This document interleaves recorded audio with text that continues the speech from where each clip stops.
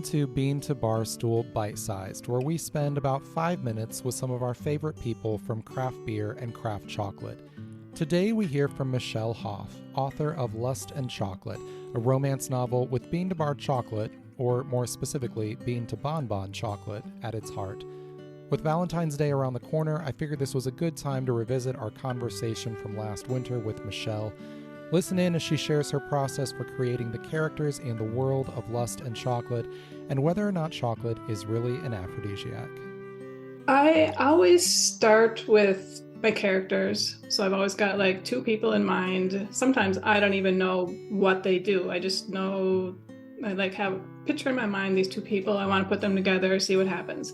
I knew I wanted to do a story about a chocolate maker, and it just came to me that he was in a little village. I mean, where would be a perfect romantic setting? Just plop him in a little village, not put him in a big factory.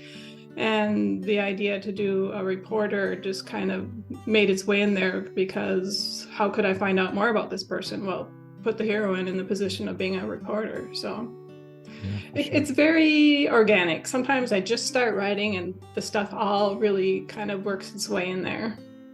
So I'm interested, you mentioned the book came from your own excitement about trying these chocolates. Has that worked in the other direction for some of your readers? Have you heard from any romance readers who maybe are new to bean to bar chocolate because of this book? I have heard. I mean, I get emails quite often, and a couple of people have been like, where can I find these? Once in a while I'll see these in the stores, and they are kind of hard to find. I've been directing people to the Bar and Cocoa online. That's where I get mine, but It's always fun to get other people hooked on the good stuff. So let's talk a little bit about tasting chocolate. There's one part in the book where Melanie is kind of talking about her own process for tasting chocolate and walking through that sensory experience.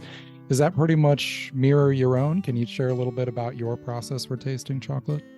Again, I think my characters are definitely themselves. Myself, I'm probably not so get into the sensory aspects of it as much as I should, but it just depends. Like sometimes I'll take a bite and it's like, I'm just gonna eat this because it's so good, And then sometimes you're like, oh, I really wanna just savor, just let it melt on your tongue. So I think it depends on the bar. Do you take notes when you're tasting chocolate, or just kind I of do savor have the a experience? little notebook around here somewhere. When I first started doing this, I would it was like a chocolate taster's notebook, so I'd take notes and save the packages. I have so many packages of chocolate. I recently went through and cut all the covers off, and I'm using them as bookmarks because they just take up so much space, but that's fun too. Yeah, I reuse a lot of my wrappers. There's such beautiful art on them. You can't put them away. Yeah, for sure.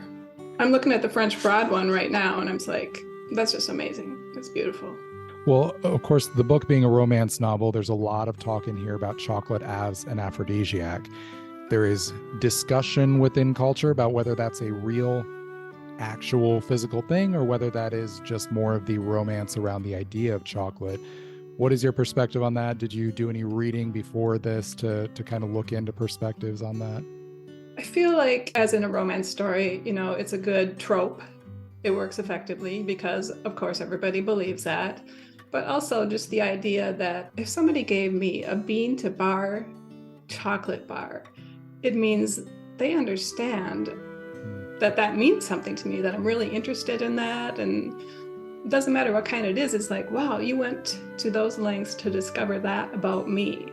So just the sharing of chocolate, anything, flowers, if it was a certain kind of flower a person loved, So definitely that would be an aphrodisiac, just that mental connection there.